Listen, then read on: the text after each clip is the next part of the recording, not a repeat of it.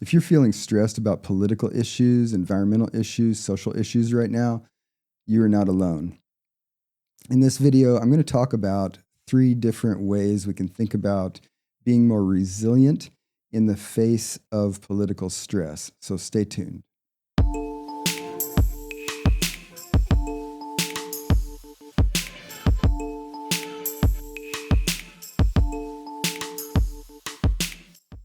Welcome to Wellness with John. I'm John Peters. I'm a mindfulness-based therapist who's been in practice for 30 years. And these are tips to help you be more resilient and to thrive.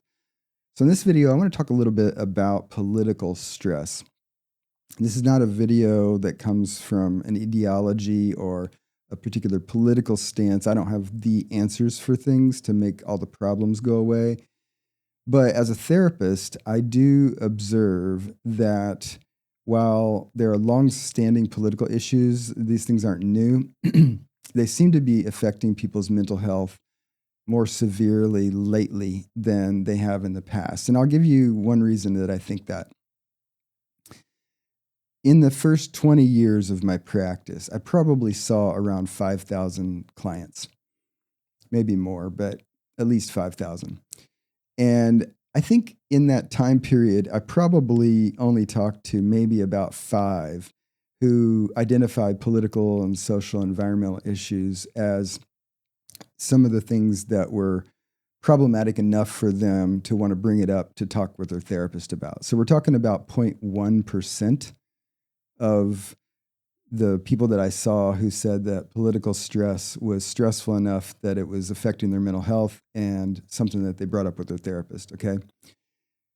In the last couple of days, I've talked to about 10 clients, and 4 of them brought this up.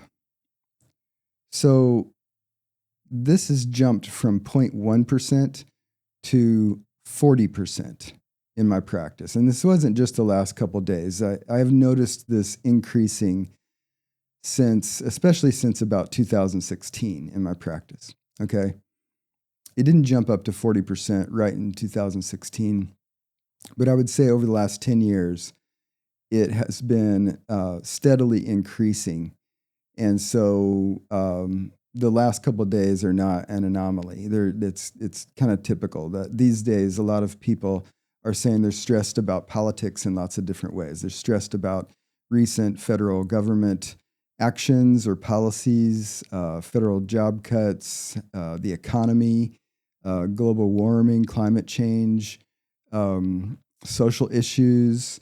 So, there are lots of ways that these so-called macro issues, the issues that exist at the structural level of society, are being experienced by individuals down at the individual level in ways where people identify that the structural issues are a problem and a problem for them in different ways, okay?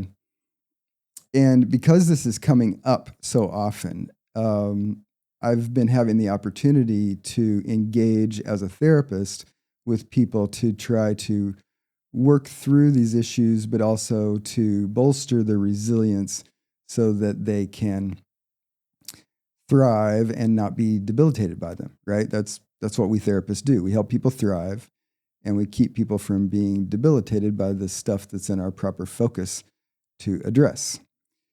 Now, I'll say again, I don't have the answer, okay, here's the perfect utopian society, and if we did that, there would be no mental health issues related to structural issues. But I'll be honest, I think that when we have a more civil society that is more fair and that has policies that make it more likely that people can thrive and that addresses common concerns that are barriers to thriving, that's the broad recipe for keeping society from negatively affecting our mental health, right? Now, what are all the details of that? That's not the purpose of this video, okay? But I think part of the reason that people are experiencing political stress and social stress and environmental stress is that we have had weaknesses, and in some ways, I think our society is weakening right now, so that society is not as civil as it could be, so that our policies are not as wise as they could be. And the bottom line is it's affecting people's mental health. So if that's you, you're not alone, right? You're not alone. So I want to just give 3 things that have been themes that have come up in my discussions that I've been having with people who've been raising these types of issues in my therapy practice, in case it's helpful for you. So number 1, people are reporting overwhelm.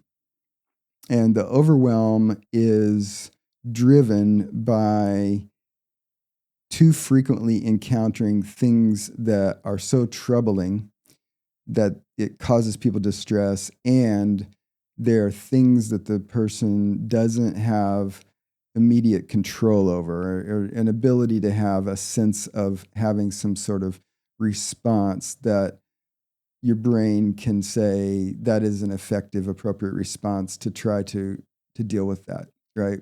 Our brains are not really wired to deal with too much ambiguity, too much dissonance, too much sense of lack of control, powerlessness. We just don't tolerate those states very well. It makes us feel stressed and overwhelmed. And when we look at news stories, whether you're watching like the news on YouTube or online, or you're looking at news posts on social media like Facebook or Twitter or wherever, or now X, what happens is you encounter something that's distressful, and it's often something that there is no immediate response that is feasible, acceptable, wise, that could quickly give you the sense of being able to respond effectively to whatever that issue is. And it creates what I call a crisis of empathy. And what that means is that if you see a news story, let's say you look at a news story about immigrant farm workers being chased down by ICE agents on farms in California, and you have empathy for those farm workers. You think about the fact that if those farm workers go away, that the price of your groceries will go up. The price of your neighbor's groceries will go up. The price of groceries for people you know who are already living on the financial edge, one step away from homelessness, will go up. And you have empathy for yourself, your neighbors, your community members, people at large who are going to be negatively affected by these actions.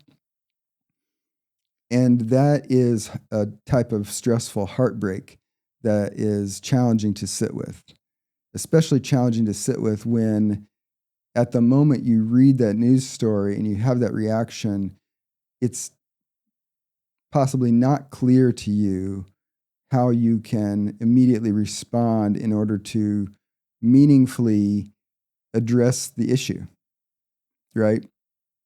And so we have the opportunity, because of the way the internet works, to encounter dozens of those stories in a single day.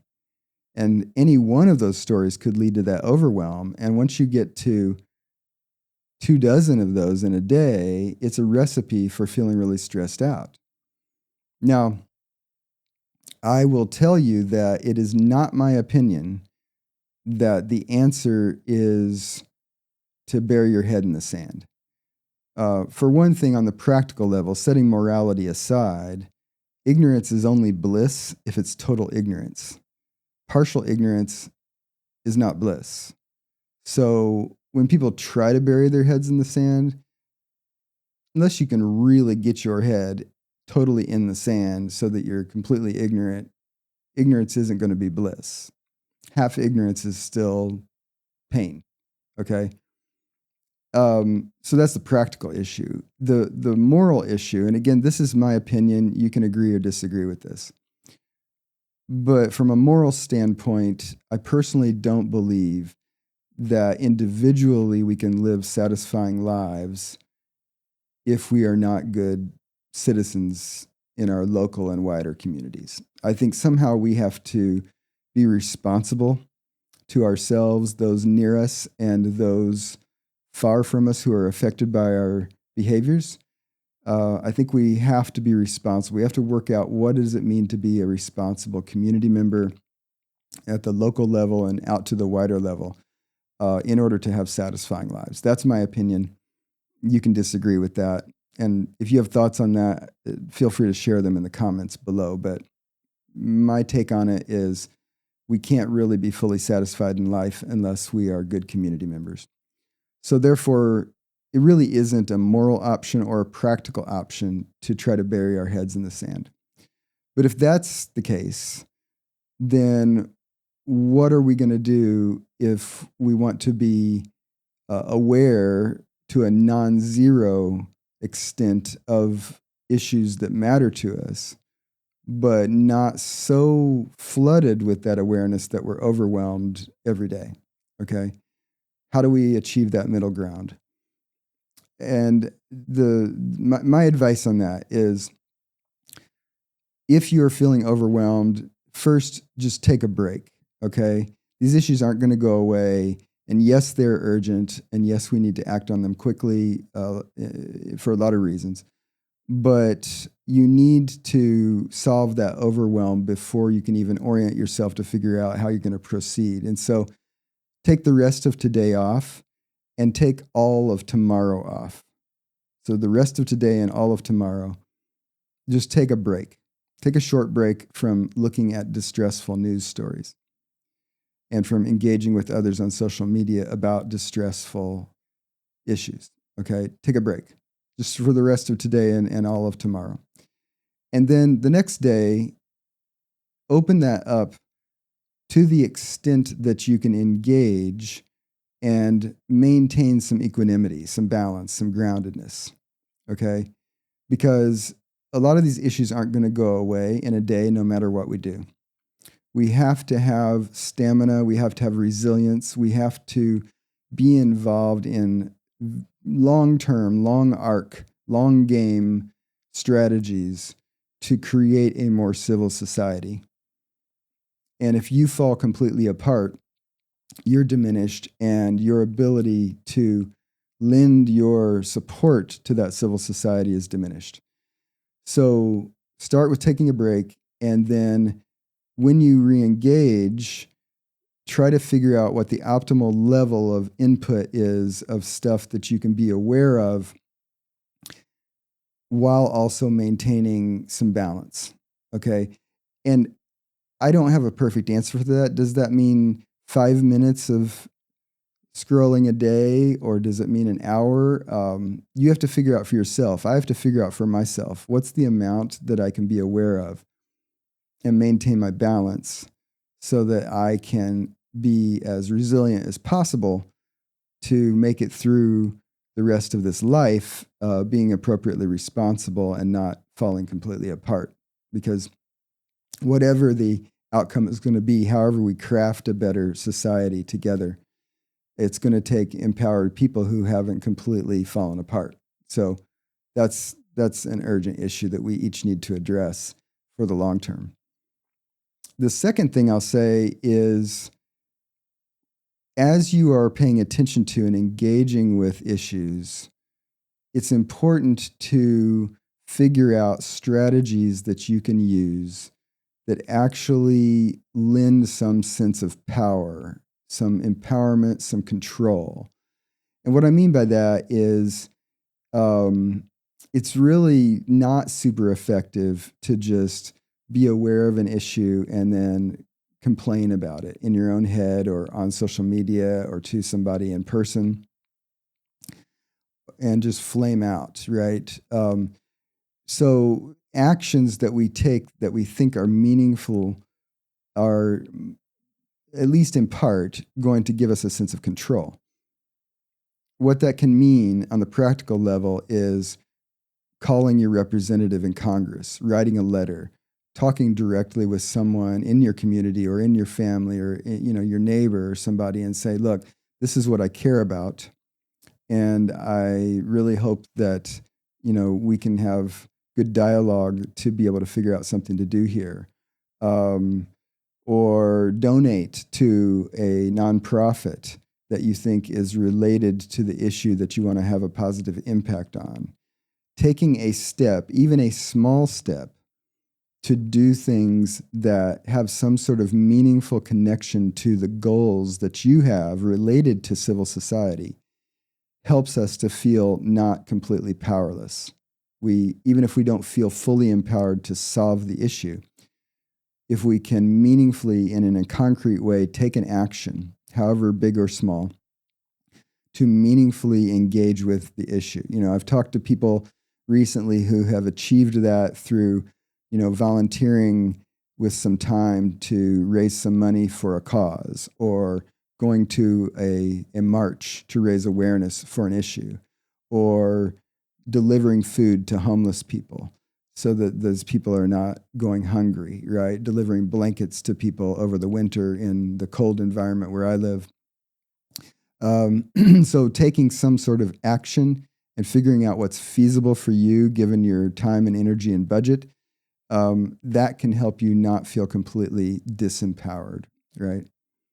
Now, the third thing is a bit more subtle, but something that I have been talking about with people related to these issues, and that is that if we think about what we find problematic with society, whatever that is, and we take a somewhat deeper dive into why that is a problem for us, then we have the opportunity to then examine ourselves and say, what qualities do I want to work on in myself so that I bolster the resilience, not only in myself, but of the whole community?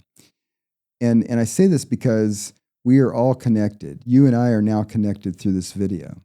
You're connected to everybody that you have any sort of connection to, as do I. It's a big web of interconnectedness. And so that web, not at the individual level, but as an interconnected web of you, me, and everybody we're connected to, we could think about resilience not only existing individually with each one of us, but resilience being a quality, a function of the entire web.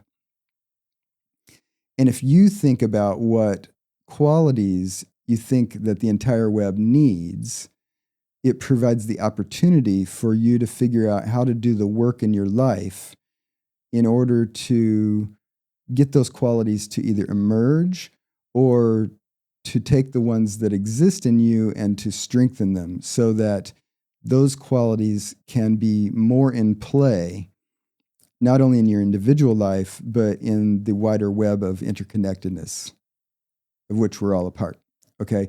And to make this a little more practical and understandable, let's say that I think, I find these news stories really problematic because they are particularly unfair to the most vulnerable people in the community. Okay, let's say that's what I identify as something that really breaks my heart and angers me and frustrates me when I read the news stories. So what is problematic there? It's unfairness. It's unfairness to the most vulnerable. Okay, and so that leads me to think about what are the qualities related to that are the antidote to why that's a problem, right? So lack of fairness, the antidote to that is fairness. And targeting the vulnerable, the antidote to that is being responsible, being protective, being nurturing, okay? So, and again, this isn't the answer. This is just an example of kind of thinking through it this way. So if I identify, okay, fairness, responsibility, protection, nurturing, leadership, whatever the qualities are that I think are the antidotes to why I think this issue or issues are so distressful, then I can examine, well, how do I embody those qualities in my life? How can I work with those as values and implement the work with them as ways to pursue my goals, my personal goals, and the goals that I think are good to promote for the general society. Because if I can feel more confident in my own qualities that I think are meaningfully related to what the solutions are for the problem, then I feel more empowered. Then I am literally, on the practical level, more equipped to be a constructive participant in supporting increasing the possibility of having a more civil society. If I can embody fairness, if I can embody leadership, if I can embody responsibility, however we work with that, right? And there's myriad ways to work with that in our individual lives and to try to embody it so that we enact it into the interpersonal space. That is a path toward not only feeling less overwhelmed and lacking in power individually, but also literally being a part of the solution, whatever that solution is going to look like. Okay, we need to be individually more resilient. We need to be individually more empowered in ways that can respond to all of the challenges of these issues that we become aware of, right? So in summary, you're not alone if this stuff is distressing you. And in fact, you're increasingly part of the tribe that is responding to this stuff. I don't want it to so negatively impact my own or other people's mental health so that we lose our power and we cannot meaningfully and constructively respond to these issues. These are long arc, long-term, long game issues. We have to stay in the game until we don't, right? Each of us has a finite mortal life and it will end at some point. But while we're here, we need to work to make the place a better place, okay? And I do believe we are all connected. When any one of us rises up, we all rise. We're all connected, okay? And if any one of us is diminished, we are all diminished. And so if you can improve your ability to be empowered and to stay resilient, you make the entire web of interconnectedness more resilient, okay? And as a therapist, thinking about things mostly in the mental health space, as I said in the beginning, I have seen these types of more macro issues increasingly negatively impacting people's mental health. And it's a real thing, right? It's causing people who have existing mental health issues for those to become more severe and worse. And it's causing people who didn't have any real clinical presentation of things like anxiety and depression to get anxious and depressed, right? It's negatively impacting the overall mental health of everybody, right? And so we need to do something about that. I need to do something about that for me as I want to experience and live my life. So do you. And if you agree with me that you and I bear some sort of responsibility to the wider community, then we can help that by working on our own resilience, right? So if you like this kind of content, hit the like button below. If you've yet to subscribe, please subscribe to the channel. If you have comments about this issue, please comment below. And if you know somebody who you think would benefit from hearing this message, then share it with them or share it on your socials, because I would like to help as many people as possible through this channel to be resilient and to thrive. So thanks for taking some time to join me today, and I'll see you in a future video.